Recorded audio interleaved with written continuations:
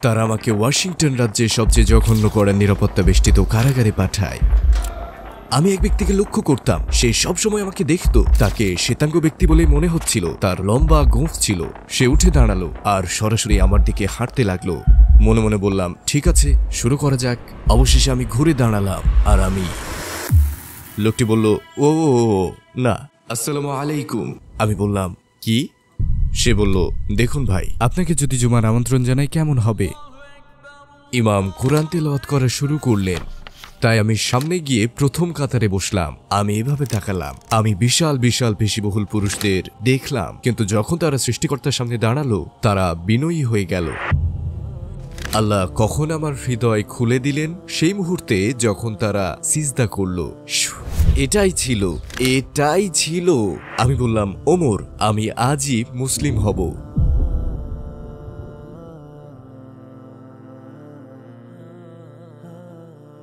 আসসালামু আলাইকুম ভাই আলী, যিনি মালিকি ক্লিক নামে পরিচিত। আমাদের আমন্ত্রণ গ্রহণ করার জন্য অনেক ধন্যবাদ। আমরা খুবই খুশি যে আপনি আমাদের সঙ্গে আছেন এবং আতিথ্য দেওয়ার জন্য ধন্যবাদ। শুরুতে জানতে চাই আলী ভাই কে, আপনি কি ছোট করে আপনার জীবন সম্পর্কে বলবেন?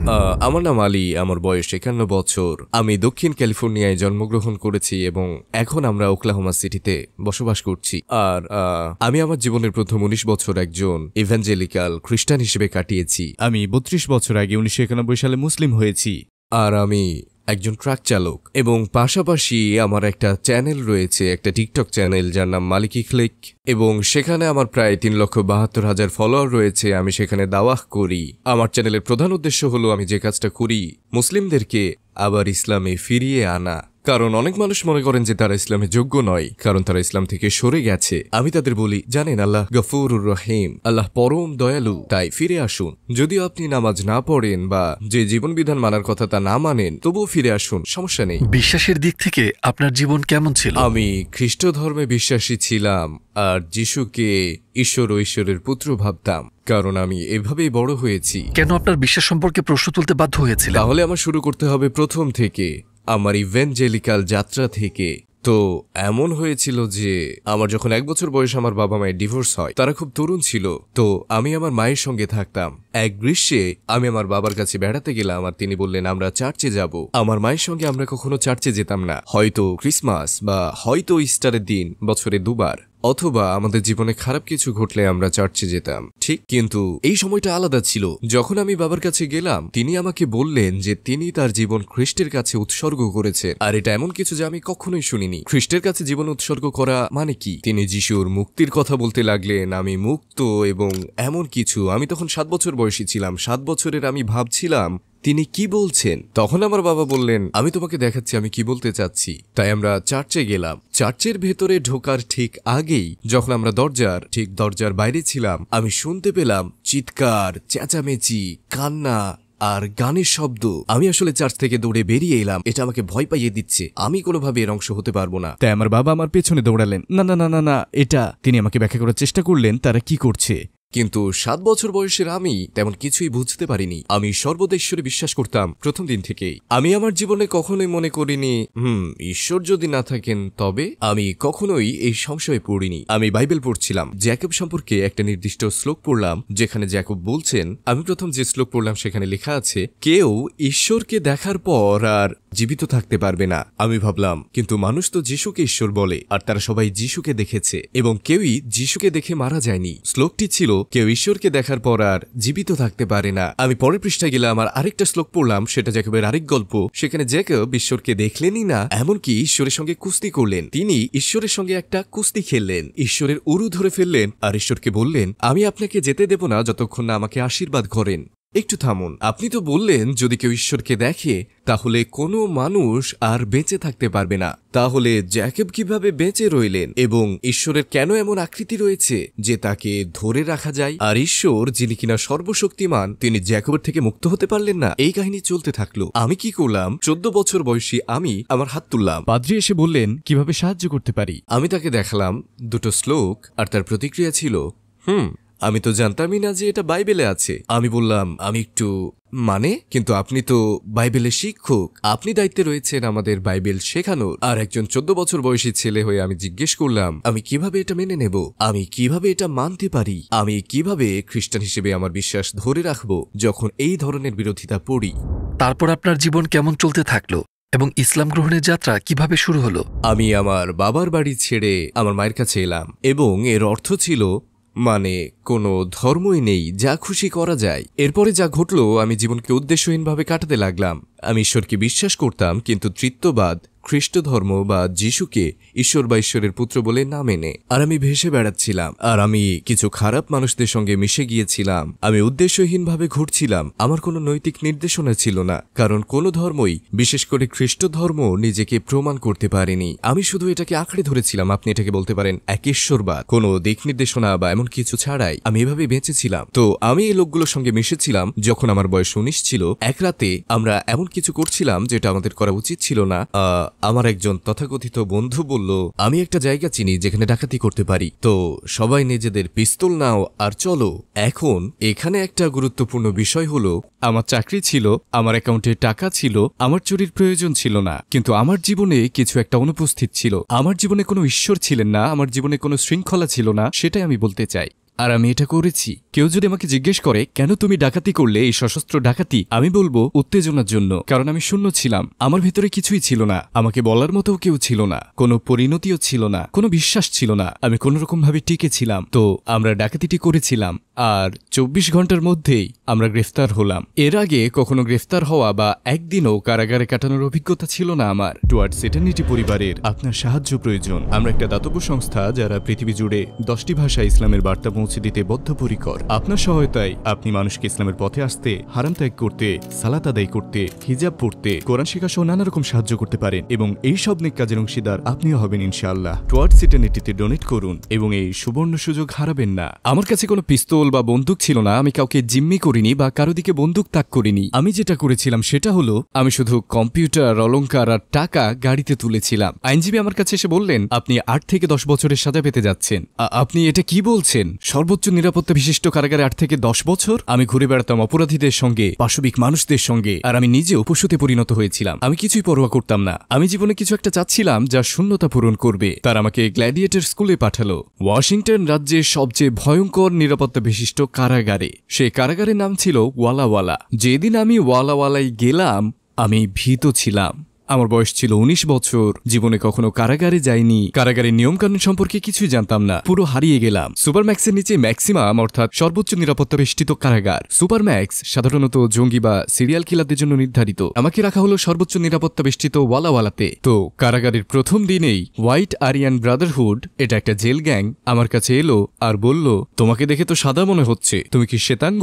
আর আমি বললাম, আমার খুব বেশি শ্বেতাঙ্গ বন্ধু ছিল না, আমার বেশিরভাগ বন্ধুই ছিল ফিলিপিনো, কৃষ্ণাঙ্গ বা হিস্পানিক। প্রশ্নটা আমার কাছে অদ্ভুত লেগেছিল, তবুও বললাম, হ্যাঁ আমি পুরো শ্বেতাঙ্গ। সে বলল, ঠিক আছে। আর তার সঙ্গে আরো 3 জন ছিল। আমার কম্বল, তোয়ালে সবকিছু নিয়ে গেল আমার সেলের দিকে, আর তারা হাঁটার সময় সবাইকে জানিয়ে দিল, এই ছেলেটি আমাদের সাথে, নতুন শ্বেতাঙ্গ বন্দি এসেছে। বলতে লাগলো, এই ছেলেটি আমাদের সাথে, ঠিক আছে, অন্যদের জানানোর জন্য। তো আমি এভাবেই মাসের পর মাস কাটিয়ে দিলাম।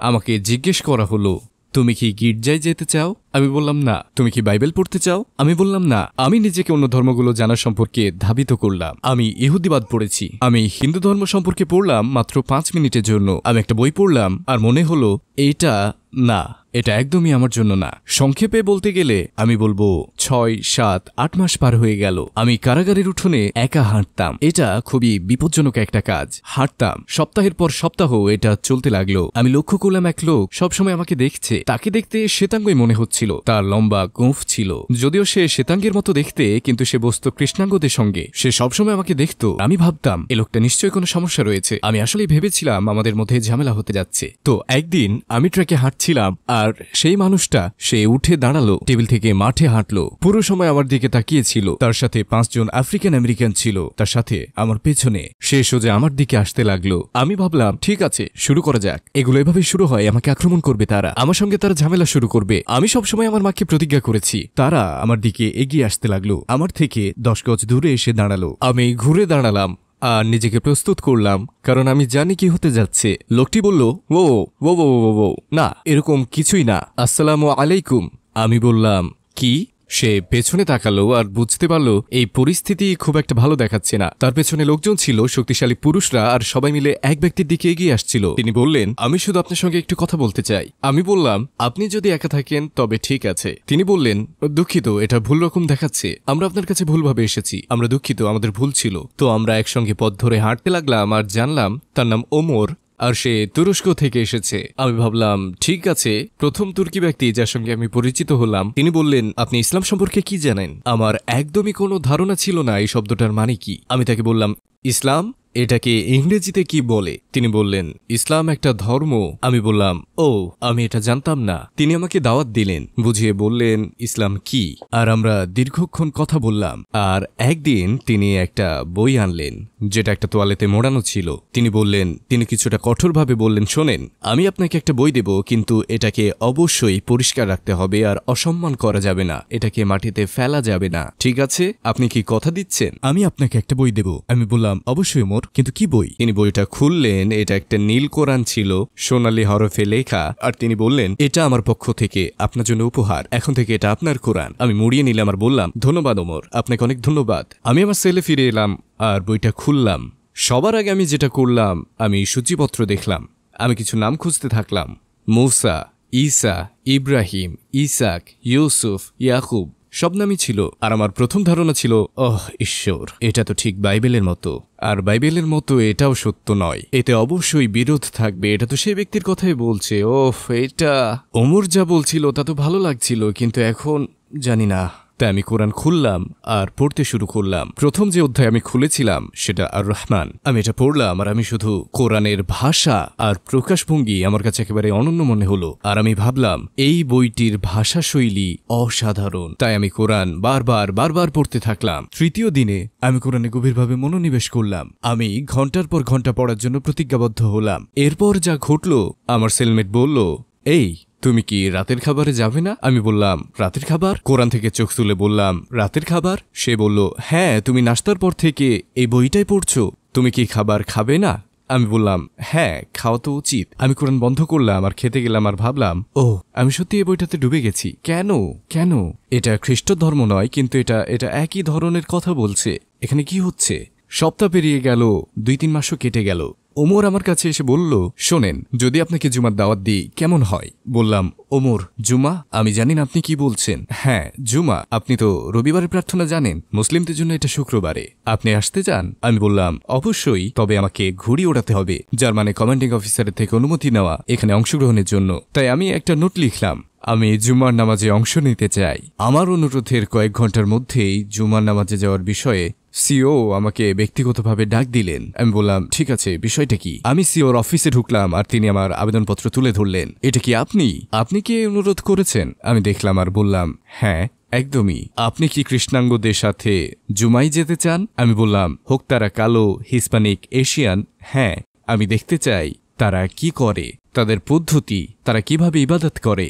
হ্যাঁ, আমার কাছে এটা অস্বাভাবিক লাগেনি যে আমার সেখানে যে অন্য সংস্কৃতি আর মানুষদের জানার ইচ্ছে ছিল। সে বলল, শুনুন, আমি আপনাকে সত্য বলছি, আপনি যদি যেতে চান আর এদের সঙ্গে থাকতে চান, আর সে তাদের গালি দিল, আপনি যদি যান এবং এদের সঙ্গে থাকেন, শুধু একটা কথা মনে রাখবেন, যখন তারা আপনাকে মারবে, তারা যখন আপনাকে পেটাবে, আমরা আপনাকে রক্ষা করব না। আমি আমার গার্ডদের সেখানে পাঠাবো না আপনার জন্য, যদি আপনি এরকম মানুষদের সঙ্গে থাকতে চান। আমি শুধু বললাম, হ্যাঁ, যাই হোক, আমি যেতে চাই। সে সই করল আর বলল, আপনার কুলখানি, যান, জুমাই যান। আমি কখনো কৃষ্ণাঙ্গদের ভয় পাইনি, অথবা হিস্পানিক বা অন্য কেউ, বিশেষ করে ধর্মীয় মানুষদের। আমি শুধু জানতে চেয়েছিলাম। তো একজন খ্রিস্টান হিসেবে আমার প্রথম জুমাই যাওয়া ছিল একজন খ্রিস্টান হিসেবে, মুসলিম হিসেবে নয়। আর এখানে আমি একজন শ্বেতাঙ্গ কালো মানুষদের দ্বারা পরিবেষ্টিত আর একজন তুর্কি ব্যক্তি, যিনি আমাকে মাসের পর মাস দাওয়াহ দিচ্ছিলেন। আর প্রথম জিনিস যা আমি অনুভব করলাম জুমাই, তা ছিল আজান। এবং যখন আমি প্রথমবার আজান শুনলাম, এটা কেবল আমাকে নাড়িয়ে দিল, আমার হৃদয়কে স্পর্শ করল। আমি ওমরের দিকে ফিরে বললাম, ওমর, এই সুন্দর গানটা কি যে ব্যক্তি গাইছেন? তিনি বললেন, এটা গান নয়, এটা নামাজের আহ্বান। তিনি মূলত যা বললেন তার অনুবাদ করলেন, আর আমি শুধু বললাম, এত সুন্দর, এত সুন্দর। তিনি বললেন, আসুন আপনাকে দেখাই আমরা কি করি। আমরা উজু করব। তাই তিনি আমাকে উজু করা শিখিয়েছিলেন। আর আমি উজু করলাম একজন খ্রিস্টান হিসেবে, শুধুমাত্র অভিজ্ঞতা নেওয়ার জন্য। তাই আমি উজু করলাম একজন খ্রিস্টান হিসেবে, একজন মুশরিক হিসেবে। আর আমি ওমরের সঙ্গে বসে পড়লাম, আর আমরা খুতবা শুনলাম, আর আমাদের নামাজের সময় হলো। আর তাই ওমর বললেন, শুনুন, আপনি একপাশে বসুন, আমরা নামাজ পড়ব। আর আমি বললাম, 1 মিনিট, তার আগে আমার কিছু প্রশ্ন আছে। যখন আপনারা নামাজ পড়েন, আপনি বললেন যে ইমাম সামনে থাকেন আর তিনি কোরআন পড়েন, তিনি কি বই থেকে পড়েন? তিনি কি আপনাদের মুখোমুখি থাকেন আর সবার সামনে পড়ে শোনান? তিনি বললেন, না, এই ইমাম সম্পূর্ণ কোরআন মুখস্থ করেছেন। আমি বললাম, ওমর, এই বই, এই মোটা বইটি যেটা আপনি দিয়েছেন, তিনি পুরোটা মুখস্থ করেছেন? তিনি বললেন, হ্যাঁ, এবং লক্ষ লক্ষ মানুষ, মুসলিমরা এটিকে মুখস্থ করেছেন। 7 বছর বয়স থেকে 10 বছর, 12 বছর বয়স থেকে, নারী, পুরুষ, সবাই। আমি শুধু ভাবলাম, বাহ। আর আমার মনে সবকিছু ঘুরতে লাগলো। এই মানুষগুলো আলাদা। তারা আমাদের নামাজের জন্য ডাকছেন একটা সুন্দর সুরেলা কণ্ঠে। এই মানুষরা তাদের হাত, কনুই, তাদের বাহু, মুখ, পা ধুয়ে নিচ্ছেন আল্লাহর ইবাদত করার আগে। আমরা এটা কখনো করিনি। আমরা খ্রিস্টান হিসেবে কেন করিনি? আমাদের কেন এমন কিছু ছিল না? কেন আমাদের গিটার, ড্রাম ছিল আর গির্জার ভেতর গান গাওয়া হতো? কেন আমাদের এটা ছিল না? এটা তো সুন্দর। এটা আমার কাছে সবসময় স্বাভাবিক মনে হয়েছে। বাস্তবিক অর্থে একজন খ্রিস্টান হিসেবে জুমায় অংশ নিয়ে আমি খুব আপন অনুভব করলাম, একই সময়ে মুসলিম না হয়েও। আর ওমর বললেন, শুনুন, ঠিক আছে, এখানে দাঁড়ান অথবা এখানে বসুন, আমরা সারিবদ্ধভাবে দাঁড়াবো এবং আমরা নামাজ পড়ব, তারপর কথা বলবো। আপনার যদি প্রশ্ন থাকে তখন করতে পারেন। বললাম, দারুণ। তারা নামাজ শুরু করলেন, ইমাম কোরআন তেলাওয়াত শুরু করলেন। আর আমি আবার ভাবলাম, তিনি শুধু পড়ছেনই না, তিনি তিলাওয়াত করছেন। এই মানুষরা একে অপরকে ভালোবাসে আর একে অপরকে নামাজের জন্য ডাকে। কেউ যদি জানতে চায়, আলী, আপনার হৃদয় কিসে পরিবর্তন করলো? এটা কখন ঘটলো? এটা কিভাবে ঘটলো? এটা কেন ঘটলো? সহজ। আমি বলি, আমি আগে যা বলেছি সেই সমস্ত কিছু সহ আজান, কোরআন মুখস্থ করা, আপনারা এগুলো তো জানেন, যে আমাকে সবচেয়ে বেশি প্রভাবিত করেছিল, যে আমার হৃদয় বদলে দিয়েছিল। আমি আমার জায়গা থেকে উঠে দাঁড়ালাম। তিনি আমাকে সেখানে থাকতে বলেছিলেন, কিন্তু আমি সেখানে গিয়েছিলাম অভিজ্ঞতার জন্য। আমি সবকিছু চাইছিলাম। তাই আমি যা করলাম তা হলো, আমি প্রথম কাতারে গেলাম আর আমি এভাবে তাকালাম। আমি নামাজের প্রথম কাতারের দিকে তাকালাম, কারণ আমি দেখতে যাচ্ছিলাম এটা আসল কিনা। এই মানুষদের জন্য এটা কি সত্য? তারা যখন ইবাদত করে কেমন লাগে? আর আমি দেখলাম পেশিবহুল পুরুষ, বিশাল দেহী মানুষ, কিন্তু যখন তারা তাদের সৃষ্টিকর্তার সামনে তারা বিনয়ী হয়ে গেল আর তাদের সেই কঠোরতা হারিয়ে গেল। তাদের চোখ নিচু ছিল, তারা সৃষ্টিকর্তার সামনে বিনয়ের সাথে ছিল। আর আমি শুধু এভাবে দাঁড়িয়েছিলাম, এইভাবে, আর তাদের দিকে তাকিয়ে বললাম, বাহ। কিন্তু আবারও, যদি কেউ সেই মুহূর্ত জানতে চায় কখন আল্লাহ আমার হৃদয় খুলে দিলেন, তা তখন যখন তারা সিজদা করল। যখন তারা সিজদা করল এবং আমি তাদের দেখলাম যখন আজান দিল, নিজেদের পরিচ্ছন্ন করল, পবিত্র কোরআন তিলাওয়াত করল, বিনয়ী হলো, আর তারপর তাদের মুখ মাটিতে রাখল। ওটাই সেই মুহূর্ত যখন আমি ভাবলাম, এই মানুষরা সাধারণ নয়। এবং আমি আমার জীবনে কখনো আসলে আল্লাহর ইবাদত দেখিনি আজকের আগে এই মুহূর্ত পর্যন্ত। আর তারা সবকিছু করেছে যেমন আমি বললাম, আজান, ওযু, তেলাওয়াত, আর তারপর তারা ইবাদত করছে। এটাই আমি বললাম, ওমর, আমাকে আজই মুসলিম হতে হবে। এবং আপনাকে শুধু আমি জানি না অন্য কোনো শ্বেতাঙ্গ মুসলিম আছে কিনা এই পৃথিবীতে, কিন্তু আজ আপনি আমার জন্য একটা ব্যতিক্রম করবেন। আমি এখান থেকে যাচ্ছি না যদি না আপনি আমাকে শেখান কিভাবে মুসলিম হতে হয়। আমি আজই মুসলিম হব। আমি জানতাম না যে পৃথিবীতে অন্য কোনো শ্বেতাঙ্গ মুসলিম আছে কিনা। আমি ভেবেছিলাম এটা শুধু, জানেন তো, কারণ আমি যা দেখেছিলাম কৃষ্ণাঙ্গ আর একজন তুর্কি, ইসলাম সম্পর্কে কিছুই জানতাম না। এবং তিনি নিজেই মাথা নিচু করলেন আর কাঁদতে লাগলেন, ওমর, এবং তিনি বললেন, সুবহানাল্লাহ, সুবহানাল্লাহ, অবশ্যই আপনি মুসলিম হতে পারেন। আর সেই দিন জুমায় 1991 সালে আমি বললাম, আশহাদু আল্লা ইলাহা ইল্লাল্লাহ ওয়াহদাহু লা শারীকা লাহ ওয়া আশহাদু আন্না মুহাম্মাদান আবদুহু ওয়া রাসূলুহু। আর আমি একজন মুসলিম হলাম। আপনি শাহাদা গ্রহণের সময় কেমন অনুভব করেছিলেন? আপনি কি আমাদের সেই মুহূর্তে নিয়ে যেতে পারেন? এটা ছিল অবিশ্বাস্য। এটা শুধু ভ্রাতৃত্বই ছিল না, এটা এমন ছিল যেন আমার জীবনে প্রথমবারের মতো আমি আল্লাহর সঙ্গে ছিলাম, যেন সত্যি আল্লাহর সঙ্গে, যেন সত্যি আল্লাহর উপস্থিতিতে, সত্যি এমন কিছুর অংশ যা বাস্তব, যে আল্লাহর ইবাদত করছিল। ঠিক এই মুহূর্তেই এটাই ছিল আমার জন্মের কারণ, এটাই হলো আমার জীবিত থাকার কারণ, একজন মুসলিম হওয়ার জন্য। আপনি কিভাবে আপনার বাবা মাকে এটি সম্পর্কে বললেন যে আপনি ইসলাম গ্রহণ করেছেন? তাদের প্রতিক্রিয়া কেমন ছিল? এটা ভালো ছিল না। আমি আমার বাবাকে ফোন করলাম, যেমনটা কারাগারে আমি সবসময় করতাম, এবং আমি তাকে বললাম যে আমি মুসলিম হয়েছি। আর একটা কথা, আমার বাবা তিনি খুবই গোঁড়া খ্রিস্টান আর অত্যন্ত কঠোর। তিনি বললেন, তুমি কি করেছ? আর আমি বললাম, আমি মুসলিম হয়েছি। তুমি কি চাঁদের দেবতার উপাসনা করছো? না, আমি কোনো চাঁদের দেবতা বা চাঁদের উপাসনা করছি না। আমি এক আল্লাহর উপাসনা করি, যিনি ঈসার আল্লাহ, মুসা ও ইব্রাহিমের আল্লাহ। আর তিনি বললেন, না, তুমি তুমি তুমি এটা করো না। শোনো, তুমি এই ইসলাম। আর তিনি একটা অশোভন শব্দ বললেন, আর তিনি আমাকে একটা চূড়ান্ত সিদ্ধান্ত জানালেন। তিনি বললেন, দেখো, তোমার 6 অঙ্কের আয়, তোমার 6 অঙ্কের উত্তরাধিকার সব চলে যাবে। যা কিছু তুমি আমার পর পেতে যাচ্ছ সব যাবে। আমার পরিবার পেট্রোলিয়াম শিল্পে রয়েছে, তাই অনেক সচ্ছল ছিলাম। আমি বললাম, আপনি আমাকে ত্যাগ করবেন? তিনি বললেন, আজকের পর তুমি যদি এই ইসলাম ধর্মে অবিচল থাকো, তবে তুমি আমার কাছে মৃত, তোমার সব উত্তরাধিকার শেষ। তিনি বললেন, বেটা, আমাকে পরীক্ষা করো না। আমি কাল আমার আইনজীবীর কাছে যাব আর তাকে উইল পরিবর্তন করতে বলবো, আর তুমি পুরোপুরি নিঃস্ব হয়ে যাবে। তোমার কোনো ইনকাম থাকবে না, আমার কাছ থেকে কিছুই পাবে না। তুমি আমার কাছে মৃত, তোমার ভাই বোনদের কাছেও মৃত, সব শেষ। তাই তুমি যা বলবে তা খুব সাবধানে বলো। এখন তুমি কি ইসলাম ছাড়বে নাকি এই ভুয়া ধর্মে থেকে যাবে? আর আমি বললাম, এর উত্তর দেওয়ার আগে আমাকে কিছু বলতে দিন। আমি আপনার সব বিষয় মেনে চলব, শুধু একটা বিষয় ছাড়া। তিনি বললেন, কেন? আমার কাছে মৃত হওয়ার আগে আমাকে ব্যাখ্যা করো, কেন? আমি বললাম, বাবা, আমাকে আমার নিজের সিদ্ধান্ত নিতে হবে। 6 অঙ্কের উত্তরাধিকারের চেয়েও আরো বেশি কিছু আছে, সম্পত্তির চেয়েও বেশি কিছু আছে, এই জীবনের পরেও আরো কিছু আছে। আর আমি এই জীবন নিয়ে মোটেও চিন্তিত নই। তাই যখন মুক্তির কথা আসে, আপনি আপনার টাকা রাখতে পারেন, আমার ভাই বোনদের দিয়ে দিন, দান করে দিন, আমি পরোয়া করি না। আমি সিদ্ধান্ত নিয়েছি আমাকে অবশ্যই মুসলিম হতে হবে এবং মুসলিমই থাকতে হবে। আর আজ আমি এখানে 32 বছর পরেও একজন মুসলিম, আলহামদুলিল্লাহ। তো তারপর আমি মুসলিম হওয়ার এবং মুসলিম থাকার সিদ্ধান্তে অটল ছিলাম, এবং প্রায় 2 সপ্তাহ পর ডাকযোগে আমি একটা চিঠি পেলাম। তিনি ঠিক সেটাই করেছিলেন। তিনি তার আইনজীবীর কাছে গিয়েছিলেন।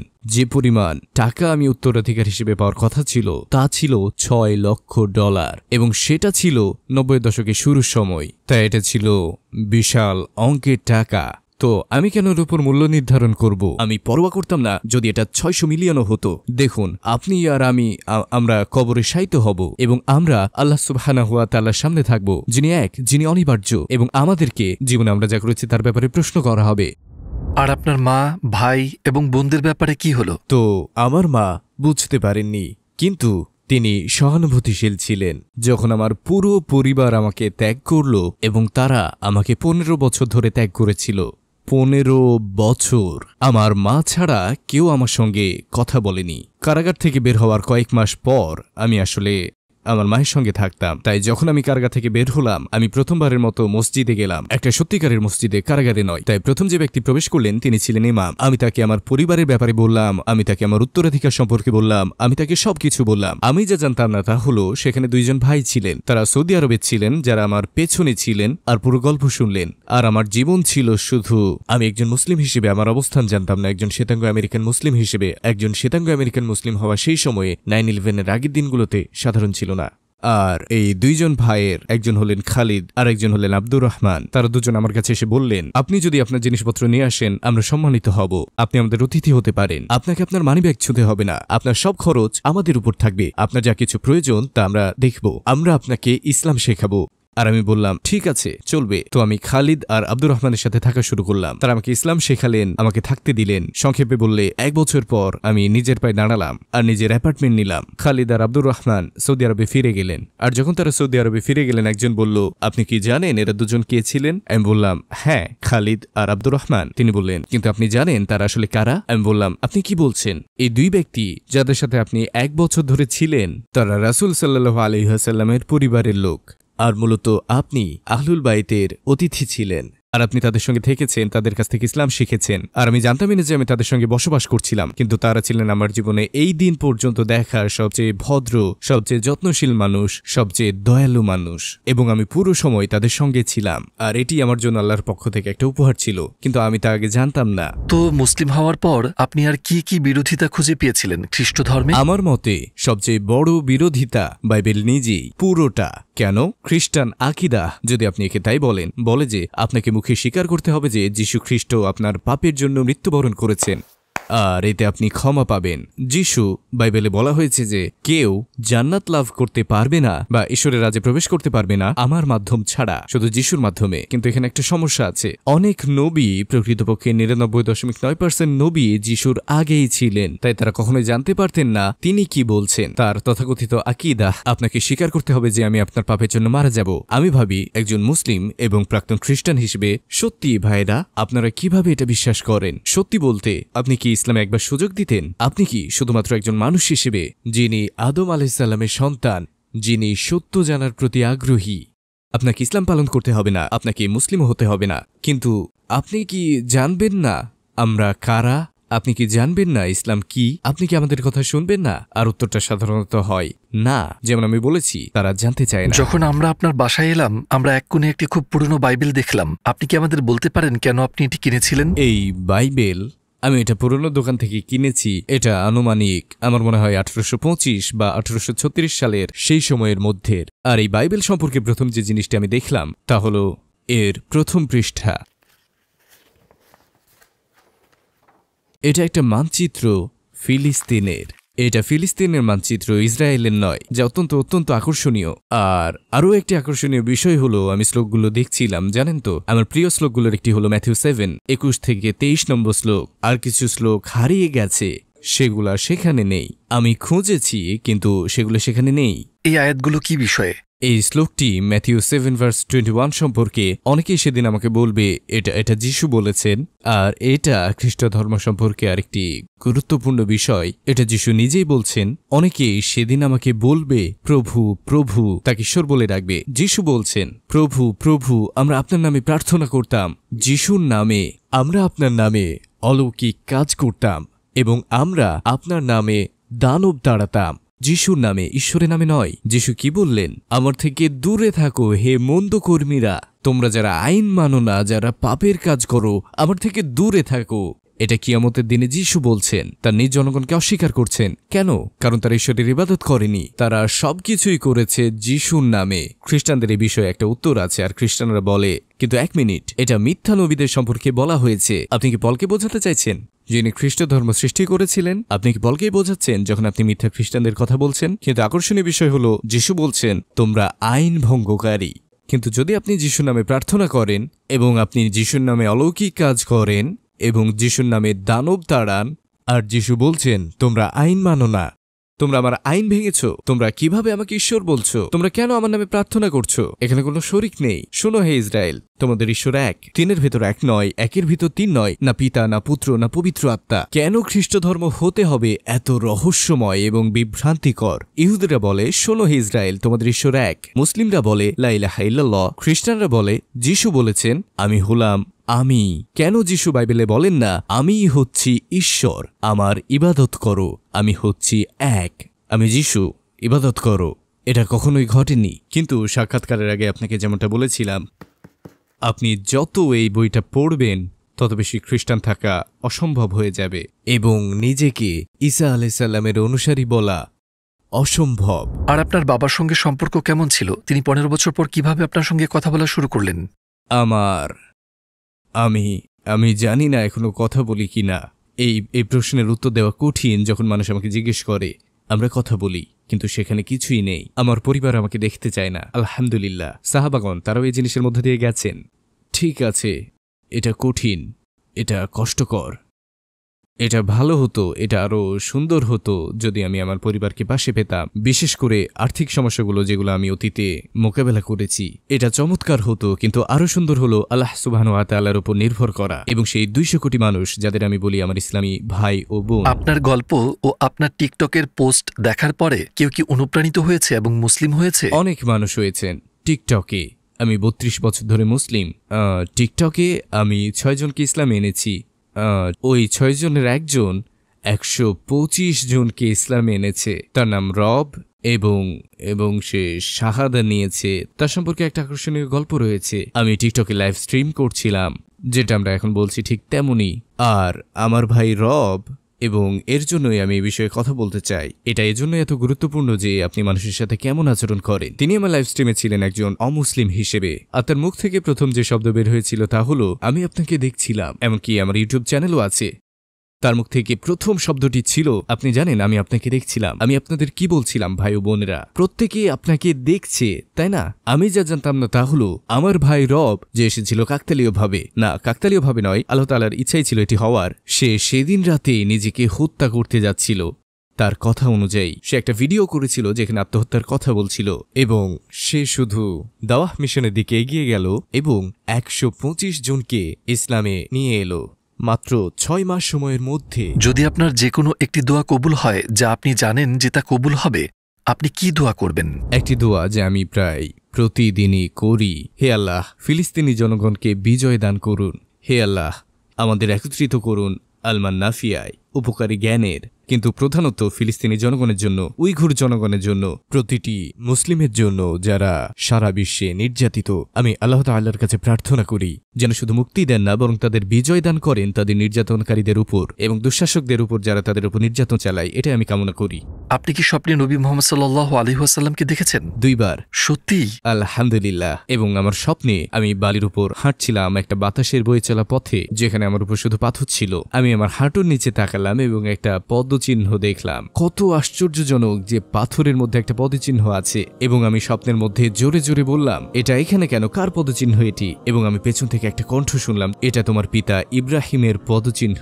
আমি বললাম, আমার বাবার নাম ইব্রাহিম নয়। তিনি বললেন, নবী ইব্রাহিম। আমি ঘুরে দাঁড়ালাম এবং সুবহানাল্লাহ, তিনি সেখানে ছিলেন, রাসূলুল্লাহ সাল্লাল্লাহু আলাইহি ওয়াসাল্লাম। আমি তার কাছে পৌঁছানোর ঠিক আগে আমি চাচ্ছিলাম হাঁটু গেড়ে বসে তাকে আলিঙ্গন করতে, কিন্তু স্বপ্ন শেষ হয়ে গেল। তো আমি সেই স্বপ্ন থেকে জেগে উঠলাম তাকে আবার স্বপ্নে দেখার আকাঙ্ক্ষা নিয়ে, এবং বহু বছর পরে আমি দেখলাম, এবং আমি মরুভূমিতে ছিলাম আর দূরের দিকে দেখলাম। তিনি আমার হাত ধরে বললেন, আমি চাই তুমি আরো মানুষের সাথে দেখা করো। তিনি বসে পড়লেন আর আমি ঠিক তার পাশেই বসলাম। তারপর তিনি বললেন, এখানে দেখো, এখানে আছেন আবু বকর সিদ্দিক। তিনি বললেন, আর এখানে আছে ওমর ইবনে আল খাত্তাব, এবং এটা ওসমান বিন আফফান, আর এটা আলী বিন আবি তালিব। তারা সবাই তোমাকে ভালোবাসে। স্বপ্নের মধ্যে ভাবছিলাম, কেন তারা আমাকে ভালোবাসে? আমি তো কেউ নই, কেন ভালোবাসে? কিন্তু আলহামদুলিল্লাহ, এটা ছিল আমার জীবনের অন্যতম সেরা স্বপ্ন।